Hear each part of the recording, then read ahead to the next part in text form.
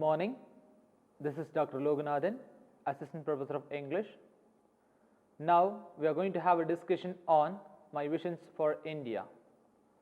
It's an extract from the speeches of Dr. Abdul Kalam, who was born on 15th October 1931 in Rameshwaram, India, and died on 27th July 2015 in Shillong. As an Indian scientist and politician, he played a leading role in the development of India's missile and nuclear weapons programs. He was the President of India from 2002 to 2007. Abdul Kalam is known for his inspiring speeches and fondness for the younger students community of the nation. In one of his speeches, he outlined his vision for India. The speech is an extremely powerful and inspiring. My visions for India is an expression of Abdul Kalam's sincere wish to see India in its complete best and its full glory. To succeed in it, he suggests the Indians to act in order to bring India at the top. Now we will have a detailed discussion on Abdul Kalam's speech delivered on 25th May 2011 in IIT Hyderabad. Dr. Abdul Kalam begins with a straightforward expression of his desire. Referring to the 3,000 years old history of India, Dr. Kalam says, the people from all over the world had come and invaded us. Some had captured the land while some conquered our mind. From Alexander onwards, the Greeks, the Turks, the Mughals, the Portuguese and British and Dutch, everybody came and looted all that belonged to India. Yet, with an air of pride in his voice, Dr. Kalam relates the fact that India has never invaded any other nation in its long history. In this famous speech, Dr. Kalam outlined his three visions for his motherland, India, and pleads for Indians to be involved in the nation building process and to make India a developed nation. The first vision is freedom, the second vision is development, and his third vision is India must stand up to the world. No Indian has ever invaded another nation, never grabbed anybody's land, culture or history, and has never tried to enforce its way of life on them. Herein, Kalam raises a question to the Indians and also wants them to ponder on it for a while. Continuing his speech further, Kalam gives an apt answer to the self-raised question. He says that India never invaded another nation or never forced its way of life on others because we Indians respect the freedom of others. Hence, Kalam declares his first vision for India to always live in freedom. Dr. Kalam says it was during the War of Independence in the year 1857 that India envisioned its freedom and a desire to create an identity of its own. He says that only a free nation gains respect in the eyes of the world, and true, for it's a fact that a slave is always ill-treated and disrespected. Dr. Kalam says it is this freedom that we must protect and nurture and build on. If we are not free, no one will respect us. So the second vision is development. Dr. Kalam feels that it's time that we progress to become a developed nation. Dr. Kalam refers to the facts which prove the economic health of our country. He states that India stands among the top 5 nations in the world in terms of GDP. Most sectors have witnessed the growth rate of 10%. Poverty levels are decreasing, and also India's achievements are being globally recognized too. But we fail due to lack of self-confidence to see ourselves as a developed nation. We lack self-reliance and self-assurance, and hence it is forcing us to still trail behind as a developing nation. The third vision is India must stand up to the world. Stating his third vision, Dr. Kalam believes that only strength respects strength. Hence, in order to seek respect from others, India needs to stand up to the world. Being strong as a nation means being a strong military power as well as excel as an economic power too. Both should progress hand in hand. Only then a nation can be said to be a powerful nation in a true sense. Now, he claims to have experienced 4 milestones in his career. Referring to the 20 years which he had spent working at ISRO, he mentions the excellent opportunity to have worked as the project director for India's first satellite launch vehicle SLV-3, the one that launched Rohini. The experience at ISRO played an individual role in his career in the field of science. This was his first milestone. The second milestone in his career was at DRDO. After leaving ISRO, where he worked on India's guided missile program, wherein Agni met its mission requirement in the year 1994. The opportunity of having participated in the nuclear test on 11th May and 30th May 2011 under the tremendous participation of Department of Atomic Energy and DRDO was Dr. Kalam's third bliss. The sheer joy of participating with his teams in these nuclear tests and providing to be one among the developed nations and no longer a developing nation filled him with pride for being an Indian. This was his third milestone. Dr. Kalam further mentions about a very light material called carbon, which had been used as a re-entry structure for Agni. Relating to this material, Dr. Kalam narrates an incident.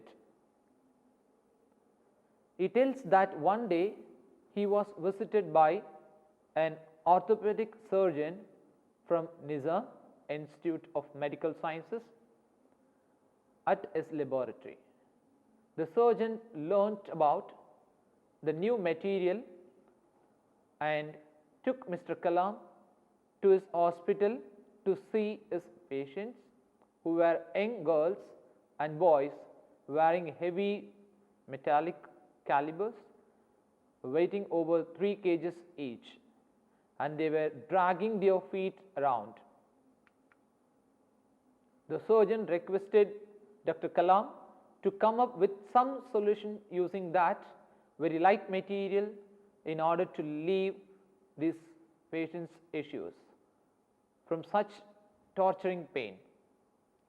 Within the span of 3 weeks, they came up with the solution. They made floor reaction orthosis calibers which weighted merely 300 grams and took them to the orthopedic center. The children were in a state of surprise, for they no longer needed to drag their feet and could now move around freely. The parents of these children were emotional at the sight. This Dr. Klein says, and Kalam also claims to be his fourth bliss. Further addressing to his audience, Dr. Kalam questions the negativity spread by media throughout the nation. Being ignorant to our own strengths and achievements is a shame. Dr. Kalam expresses his concern over the denial of Indians to acknowledge the good side of the great nation that India is. Why is it that media has its focus only on the issues prevailing in the nation? For media needs to understand its responsibility and the impact that it creates on the minds of people of India as well as the world. Referring to the victories of our nation, Dr. Kalam again quotes the facts. India stands first in the milk production, is number 1 in remote sensing satellites,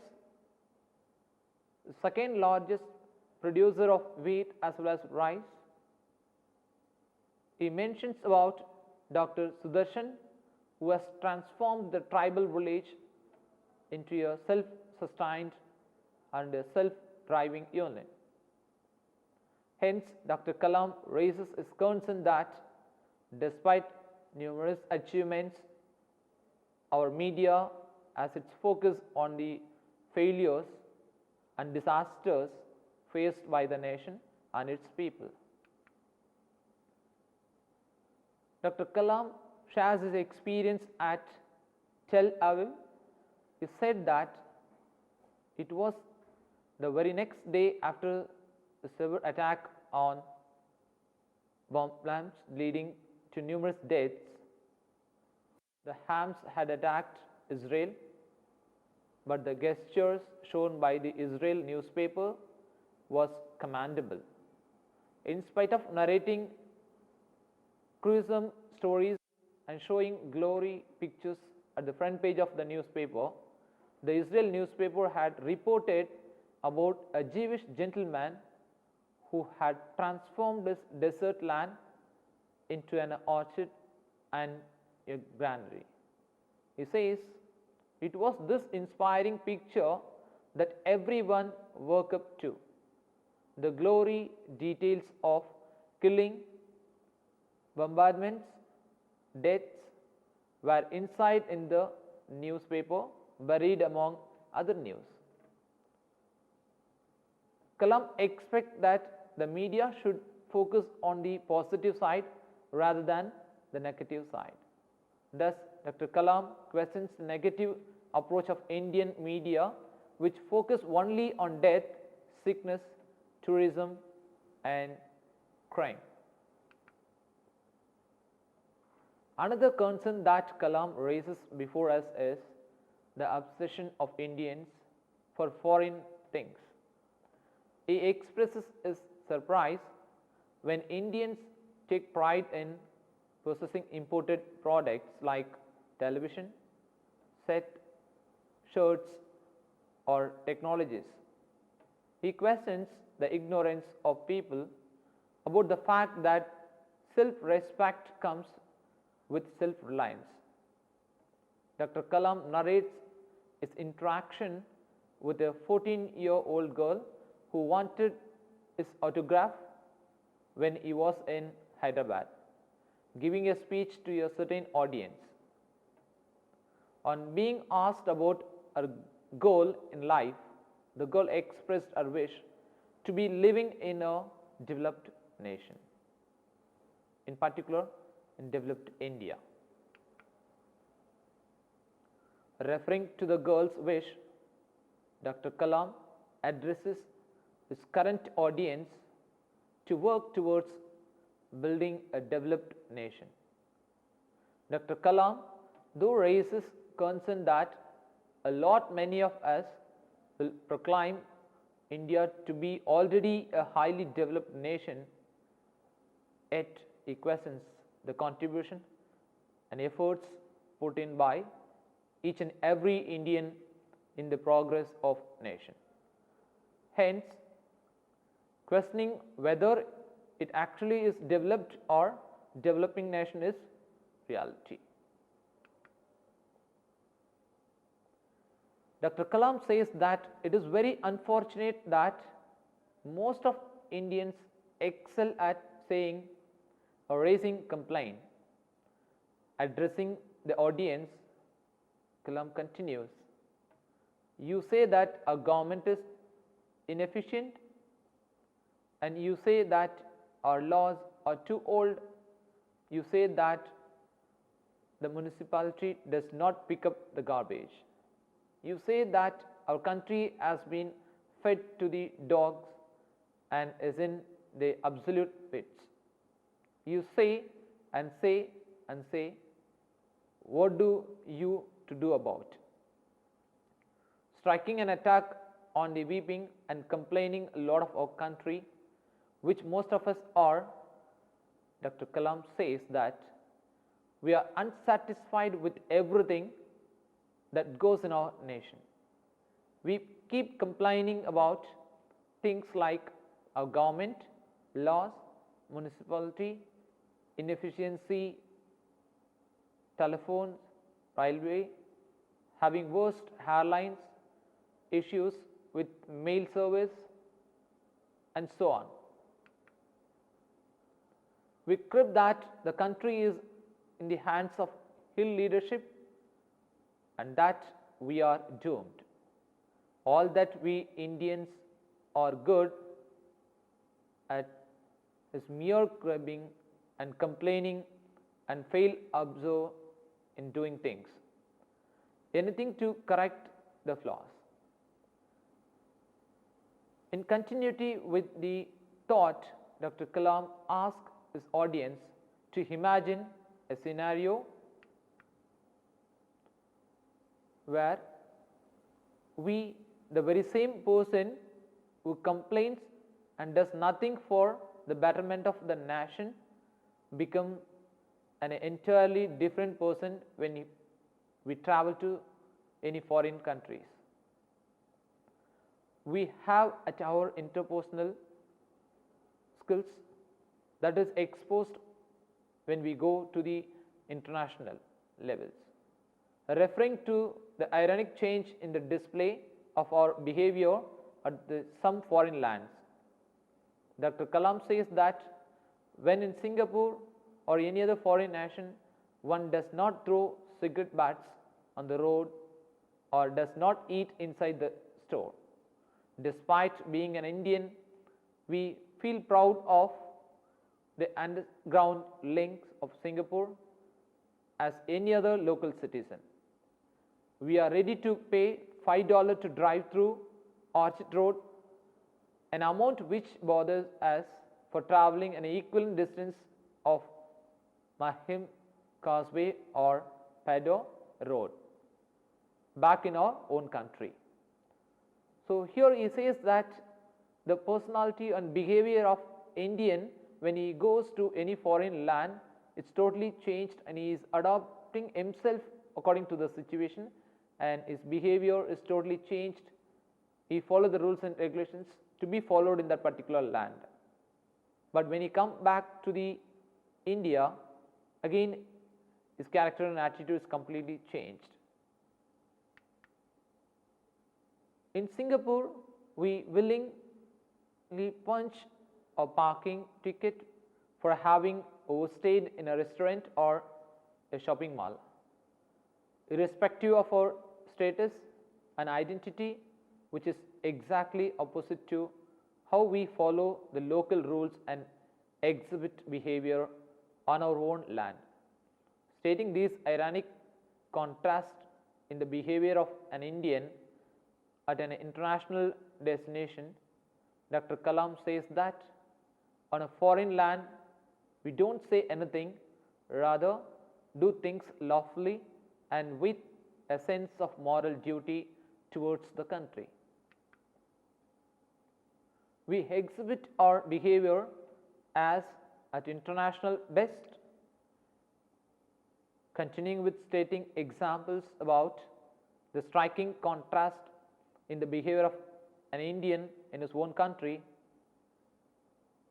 vice versa on a foreign land, Dr. Kalam says that during the festive season of Ramadan, one would not dare to go out without the head covered in Jeddah.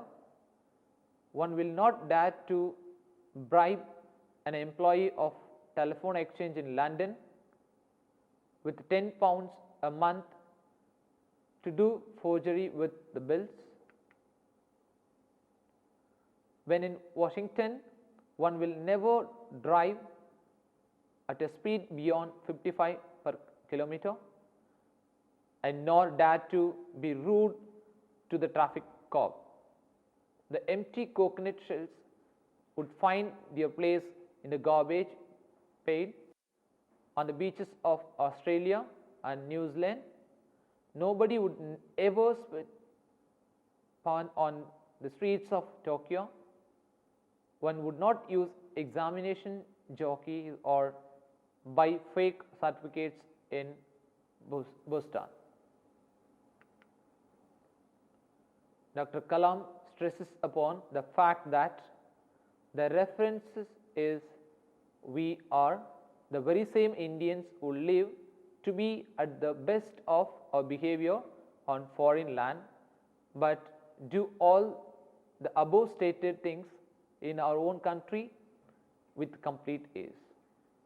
He says, raising concern that if you can be an involved and appreciative citizen in an alien country, why can't you be the same here in India? Dr. Kalam recalls the interview given by the famous ex-municipal commissioner of Bombay, Mr. Tinaiker, who narrated the blunt fact of Indian mindset.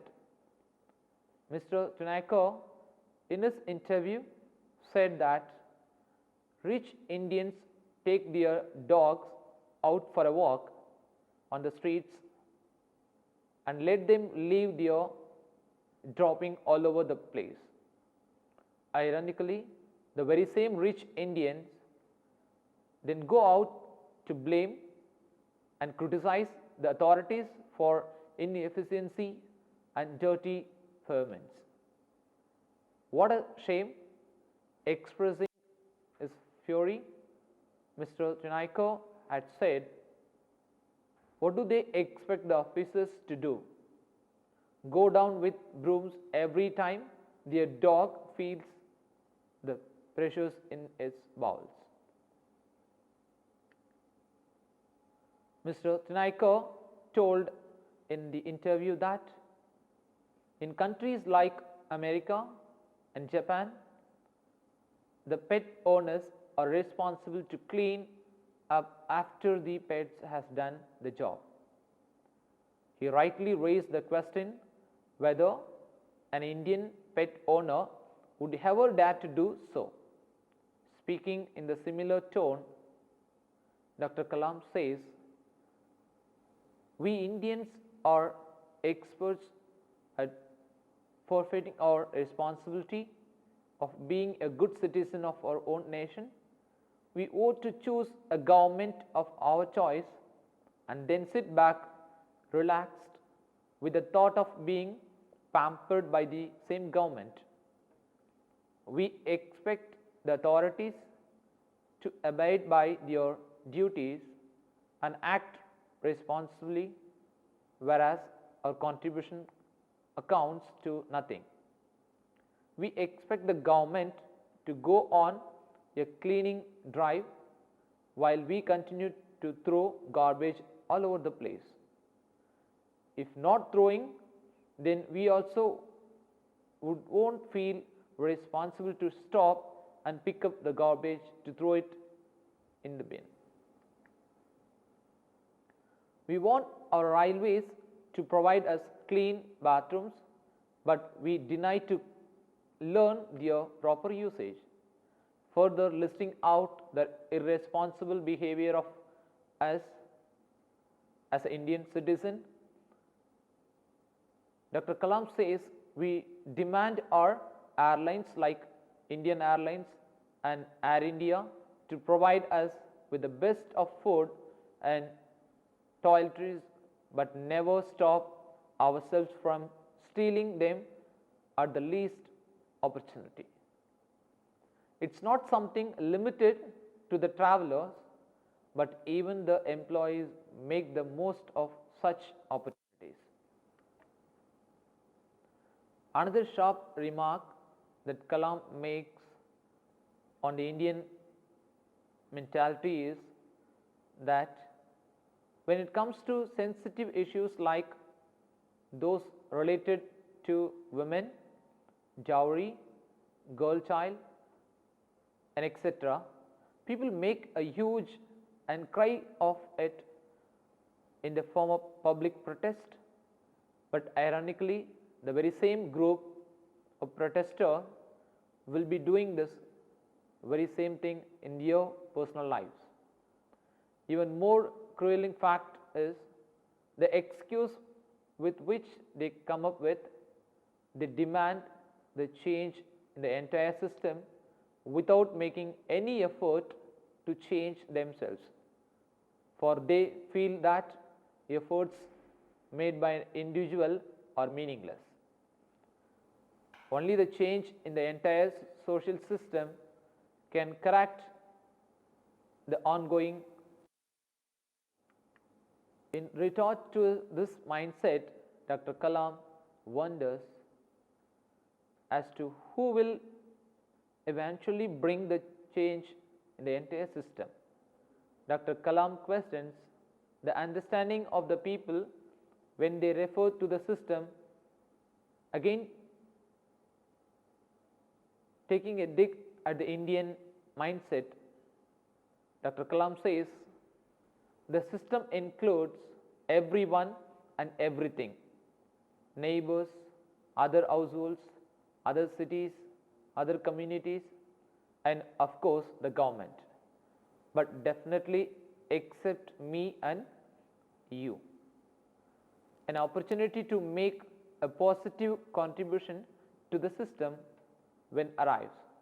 We hide behind the doors along with our families, compare our nation with the developed one, and then wait for that blissful soul, Mr. Clean, who would correct everything with a single magic sweep.